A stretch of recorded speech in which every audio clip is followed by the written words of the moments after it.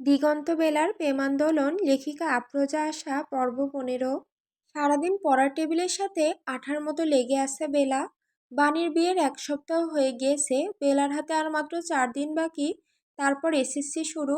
সারাদিন অনেক পড়েছে, এখন প্রায় বিকেল হয়ে এসেছে। গভীর মনোযোগ দিয়ে পড়ছে বেলা। এর মাঝে চোরা দৃষ্টিতে চারপাশে চোখ বুলাতে বুলাতে আস্তে করে বেলা রুমে আসলো বৃষ্টি। বেলা টেবিলের কাছে গিয়ে দাঁড়াতেই চমকে উঠল বেলা। সারাক্ষণ সুন্দরভাবে সেজেগুজে বেড়ানো বৃষ্টির চেহারার অবস্থা কেমন বিশ্রী হয়ে গিয়েছে। চুলগুলো উস্কো খুস্কো হয়ে কেমন পাগলের ন্যায় ঠেকছে। চোখের নিচে গাঢ় কালো দাগ পড়েছে। বৃষ্টি হড়বড়িয়ে বেলার হাত টেনে ধরে ওর হাতে একটা কাগজ ধরিয়ে দিল। ফিসফিসিয়ে বলল, এটা, এই কাগজটা নিয়ে বড় রাস্তার মোড়ে যাবি এখন। আমার একটা বন্ধু অপেক্ষা করছে, ওর হাতে দিবি এটা। বৃষ্টি আপা, এতে কি আছে? মনে মনে ক্ষোভ হলো বৃষ্টির, কিন্তু বাহিরে নরম থাকলো। এখন বেলাকে কিছু বলা যাবে না, না হলে নিজের কাজ হবে না যে। এটাতে আমার প্রয়োজনীয় বিষয়গুলো নোট করা আছে। আমার ফ্রেন্ড চেয়েছে, আমাকে তো আব্বু বের হতে বারণ করেছে, না হলে আমি দিয়ে আসতাম। যা না বেলা, একটু তাড়াতাড়ি যা, আমার ফ্রেন্ড তোকে চেনে, শুধু তুই মোড়ের কাছে যা। বোকা বেলা ভাবলো হয়তো আসলেই আবার পড়াশোনার জন্য প্রয়োজনীয় কিছু আছে এতে, তাই বাধ্য মেয়ের মতো মাথা নাড়িয়ে বলল, আচ্ছা আপা, আমি একটু পরে যাব। বৃষ্টির মন চাইছে বেলার গলা চেপে ধরতে। বাড়িতে কেউ নেই এখন, এটাই সুযোগ। আর এই মেয়েটা নাটক করছে। শক্ত গলায় বলল বৃষ্টি, না পরে না, এখনই যাবি তুই। কিন্তু কেমন করে যেন গর্জে উঠল বৃষ্টি। বেলার দিকে হিসিয়ে বলল, যেতে বলেছি মানে যাবি, এখনই যাবি, যা বলছি। বৃষ্টির এরকম অস্বাভাবিক আচরণে ভয়ে কুঁকড়ে গেল বেলা। চেয়ার থেকে উঠে রুমের বাইরে ছুটে এলো। বাড়িতে কেউ নেই, সবাই হাসপাতালে গিয়েছে। বেলার দাদির হুট করে শ্বাসকষ্ট শুরু হয়েছিল, তাই বাড়িতে এখন শুধু ও আর বৃষ্টি আছে। ভয়ে থরথর করে কাঁপছে বেলা। হাতের মুঠোয় থাকা কাগজটা এক পলক দেখে নিয়ে বাইরের দিকে পা বাড়ালো। উদ্দেশ্য বড় রাস্তার মোড়ে গিয়ে এটা বৃষ্টির ফ্রেন্ডের হাতে দিবে। এটুকুর জন্য কেমন করলো বৃষ্টি ওর সাথে। ছোট্ট মনটাতে বোনের জন্য অনেক অভিমান জমা আছে বেলার। বেশ কিছুক্ষণ হাঁটার পর চলে এলো মোড়ের কাছে। এক জায়গায় দাঁড়িয়ে ঘাড় ঘুরিয়ে ফিরিয়ে দেখতে লাগলো, কিন্তু অপেক্ষারত কোনো মানুষ নজরে এলো না। হঠাৎ পেছন থেকে একটা ছেলে ডাকলো ওর নাম ধরে। বেলা চকিত সেদিকে তাকালো, তৎক্ষণাৎ ভয়ে দুটো শুকনো ঢোক গিলল। এই লোকটা বৃষ্টির আপার ফ্রেন্ড। দেখতে তো কেমন বিচ্ছিরি লাগছে, কেমন যেন মাতাল গুন্ডা প্রকৃতির লোকটা। গলায় ইয়া বড় বড় মালা ঝুলছে, মুখের মধ্যে একটা কাঠি ঢুকিয়ে রেখেছে, সাথে ইয়া বড় বড় চুল। এটা দেখতেই কেমন গা গোলাচ্ছে বেলার। লোকটা আবারও খ্যাসখ্যাস গলায় বলল, তুমি বৃষ্টির বোন না? জি জি জি। লোকটা কেমন নজরে যেন তাকালো বেলার দিকে, ভালো লাগলো না ওর। গুটিয়ে নিল নিজেকে, হাত বাড়িয়ে কাগজটা এগিয়ে দিয়ে বলল, এই যে বৃষ্টি আপা দিয়েছে। এদিকে লোকটা লোভাতুর চাহনি দেখছে বেলাকে। বেলার এগিয়ে দেওয়া হাতটা ইচ্ছাকৃতভাবে স্পর্শ করে কাগজটা নিল। সিটকে হাত সরিয়ে নিল বেলা। লোকটাকে একদম ভালো লাগছে না ওর। কোনো কথা না বলে পিছু ঘুরে চলে যেতে চাইলে সামনে আরও দুটো ছেলে এসে দাঁড়ালো। ভয়ে বেলার কলিজা শুকিয়ে গেল। কাঁপা কাঁপা গলায় বলল, সরে দাঁড়ান, আমি যাব।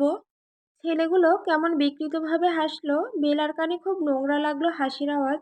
হাঁসফাঁস করতে করতে চোখ ঘুরিয়ে আশেপাশে তাকালো। মানুষজন খুব একটা নেই, আজ শ্রমিক দিবস, দোকানপাট সব বন্ধ, সাথে গাড়ি ঘোড়াও চলছে না তেমন একটা। বেলার মন কেমন কু ডাকছে। পেছন ফিরে বৃষ্টির ফ্রেন্ডের দিকে তাকালো।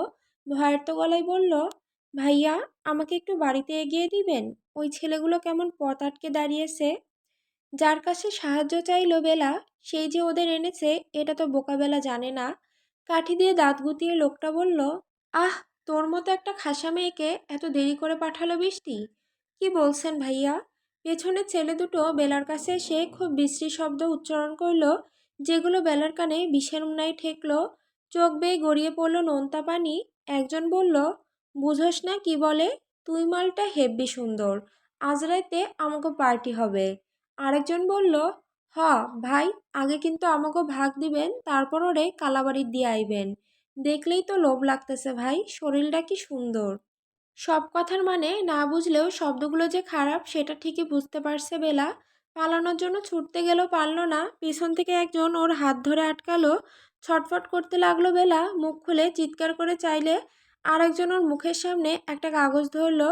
অচল হয়ে গেল বেলা, শরীরের ভর ছেড়ে দিল। ধপ করে শব্দ তুলে পড়ে গেল মাটিতে। শরীর একদম অবশ হয়ে গিয়েছে।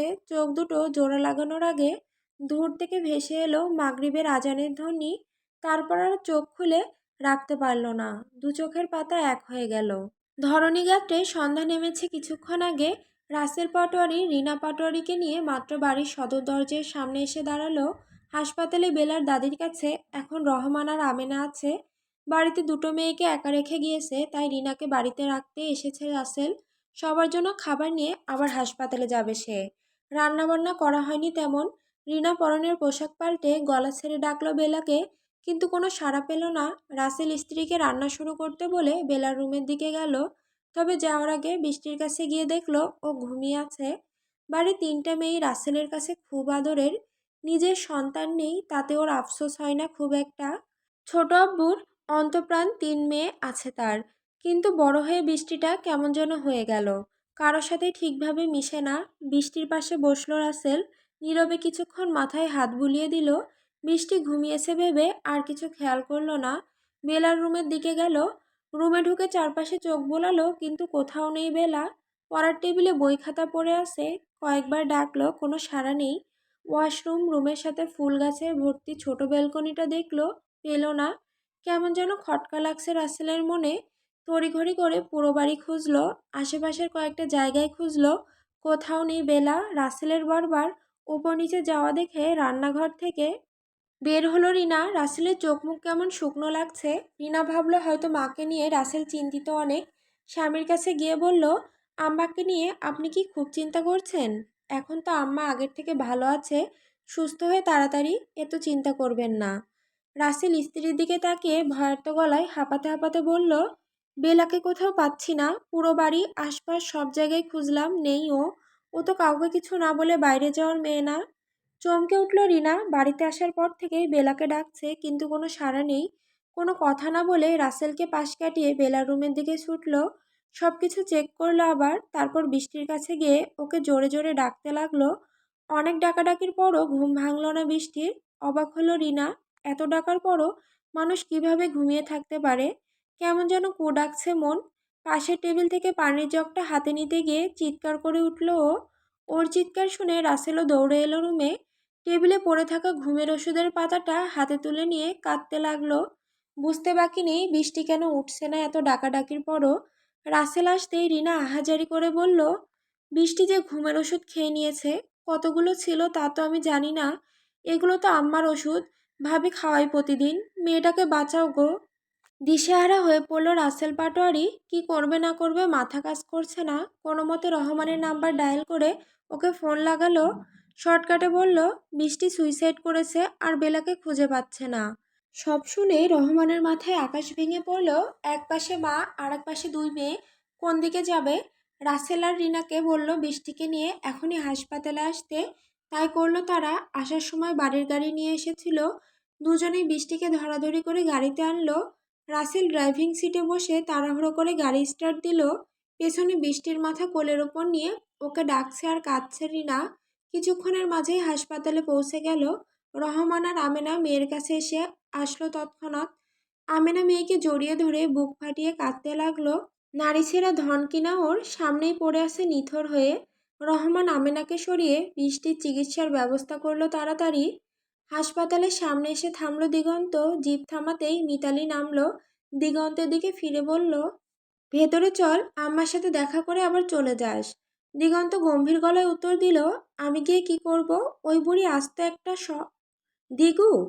থেমে গেল দিগন্তের মুখ। মিতালির দিকে বাঁকা চোখে তাকিয়ে দেখলো রাগে ফুঁসছে, তবু ডোন্ট কেয়ার ভাব নিয়ে বলল, তোমার মা হলে কি হবে? বুড়িটা এক নম্বরের বজ্জাত। ওই বজ্জাতের পেট থেকে বের হওয়া তিনটা আবার ভালোই। বলেই মিতালিকে কিছু বলার সুযোগ না দিয়ে জিভ ছেড়ে দিল। পেছন থেকে মিতালির আগেই কটমটিয়ে বলল, একবার আয় শুধু আজ বাড়িতে। ভুলেও যদি নাক মুখ ফাটিয়ে এসেছিস, তাহলে হাড়ে হাড়ে টের পাবি আমি কত ভালো। মিররে মিতালির রাগী চেহারা দেখে ঠোঁট কামড়ে হাসলো হালকার দিগন্ত। মিতালির কথাগুলো কানে গেল ওর, কিন্তু কিছু বলল না। আপন মনে গাড়ি চালাতে শুরু করলো। খোলা জিপটা বেশ জোরে ছেড়েছে। রাস্তাঘাট ফাঁকা, আরামে চালাচ্ছে। শো শো করে বাতাস এসে গায়ে লাগছে। কিন্তু মন মেজাজ কেন যেন ভালো নেই, তাই পরিবেশটা উপভোগ করতে চাইলেও পারছে না। পাশের সিটে অবহেলায় পড়ে থাকা ফোনটা হাতে নিয়ে পাসওয়ার্ড খুলতেই বেলার প্রত্যাশার হাত ধরে বাড়ির ভেতরে যাওয়ার একটা ছবি ভেসে উঠল। ছবিটা এক পলক দেখে ফোনটা আগের জায়গায় ছিটকে দিল। ফলস্বরূপ বন্ধ হয়ে গেল ফোন। কিন্তু ফোন যে বন্ধ হলো সেটা গুণাক্ষরেও টের পেল না দিগন্ত। অকারণেই মনটা অশান্ত হয়ে আছে। অশান্ত মন নিয়েই বাতাসের ঝাপটা গায়ে লাগাতে লাগাতে বিড়বিড়িয়ে বলে উঠল, আহ, বেয়াদব মেয়ে, বড় হ তাড়াতাড়ি। এই পরিবেশে বইয়ের অভাববোধের জন্যই হয়তো মনে শান্তি নাই আমার। তোকে যদি একদিনে বড় করে দেওয়া যেত, তাহলে দুনিয়ায় আমার থেকে খুশি কেউ হতো না রে। সব দোষ তোর বাপের। তোর বাপের জন্যই তুই এত দেরি করে এসেছিস। নাদান জন্ম দিয়েছে তোর বাপ, আর কষ্ট পাচ্ছি আমি, শালার জীবন আমার। টং ঘরের সামনে মুখোমুখি দাঁড়িয়ে আছে দুই দল। দুই দলেরই সবার হাতে হকি স্টিক। দিগন্ত আর ফাহাদ দুজন দুজনের দিকে অগ্নিচোখে তাকিয়ে আছে। দুটো আগুনের ফুলকি একে অপরকে গ্রাস করতে চাইছে। ফাহাদ রাগী গলায় হুঙ্কার ছুড়ল, বলেছি না এদিকে আসবি না তোরা, কথা কানে ঢোকে না নাকি? টং ঘরের ওদিকেই তোদের শেষ সীমানা, এদিকে পা বাড়াস কোন সাহসে? দিগন্ত গমগমে গলায় হুঙ্কার ছাড়ল, কেন? টং ঘর কি তোর বাপের নামে লেখা? শালা পুঁতে দে এখানে। ফাহাদ দাপটের স্বরে বলল, মেনে নে দিগন্ত, এক এলাকায় দুই রাজা থাকা যায় না। দিগন্ত এক বাক্যে জবাব দিল, এটা তোর এলাকা না?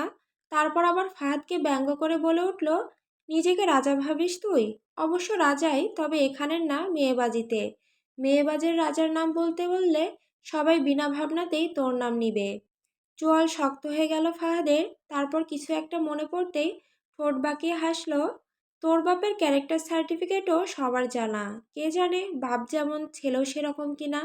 রাগে মেজাজের খেই হারিয়ে ফেলল দিগন্ত। ফাহাদের কলার টেনে ধরে ঝাঁঝালো গলায় হুঙ্কার ছেড়ে বলল, লজ্জা লাগে না? আবার পুরনো কথা টানছিস? শালা ফেলিয়ার, তুই আবার মুখ দেখিয়ে বেড়াচ্ছিস? একটা মেয়ে তোকে বুড়ো আঙুল দেখিয়ে দিল, সেই তুই আবার বুক ফুলিয়ে আমার সামনে আসিস? পুরুষ নামের কলঙ্ক তুই শালা। মুহূর্তেই ফাহাদের চোখ মুখ রাগে লাল হয়ে গেল। দিগন্তের মুখ বরাবর দিল এক ঘুষি। ছিটকে গেল একটু দূরে দিগন্ত। ঠোঁটের কোণে বের হওয়া রক্ত মুছতে মুছতে বাঁকা হেসে তাকালো ফাহাদের দিকে। বিড়বিড় করে ঠোঁট নাড়িয়ে আবারও বলল, ফেইলিয়ার। রক্তচক্ষু নিয়ে দুহাত মুষ্টিবদ্ধ করে ফেলল ফাহাদ। ভুল ও করেছে, অতীত টেনে এনে এখন নিজেই কষ্ট পাচ্ছে। এদিকে দিগন্ত উন্মাদের মতো চুল টেনে ধরে রেখেছে। রাগ ক্ষোভ সামলাতে না পেরে শেষ পর্যন্ত পাশের মোটা গাছটাতে সজোরে আঘাত আনল। থেতলে গেল হাতের উপরিভাগের চামড়া। রায়হান মাত্র এসেছে, এসেই দিগন্তের এই অবস্থা থেকে দৌড়ে এলো ওর কাছে। দিগন্ত আবারও গাছে ঘুষি মারতে নিলে ফাহাদ এসে আটকে ধরল ওর হাত। পেছনে এসে দাঁড়ালো রায়হানও। ফাহাদের হাত ঝটকা মেরে সরিয়ে দিল দিগন্ত। দীর্ঘশ্বাস ফেলল ফাহাদ। রায়হানকে দিগন্তের কাছে থাকতে বলে চলে গেল নিজের গাড়ির কাছে। ওর হুকুম পেয়ে ছেলেরাও চলে যেতে বাধ্য হলো। গাড়িতে বসে স্টিয়ারিংয়ের ওপর একের পর এক আঘাত করতে শুরু করলো। রাগে হিতাহিত জ্ঞান শূন্য হয়ে আবারও অতীত টানলো। ভালোই তো ছিল সারাদিন। নিজেকে শুধরানোর জন্য কত কিছু করলো, অথচ এক নিমিষেই সব নিজ হাতে ঘেঁটে দিল। অতঃপর গাড়ির সর্বোচ্চ স্পিড তুলে বাউন্ডুলের মতো মনের শান্তির জন্য চলল ফাহাদ। মুহূর্তেই বিষাক্ত হয়ে গিয়েছে শরীর মন।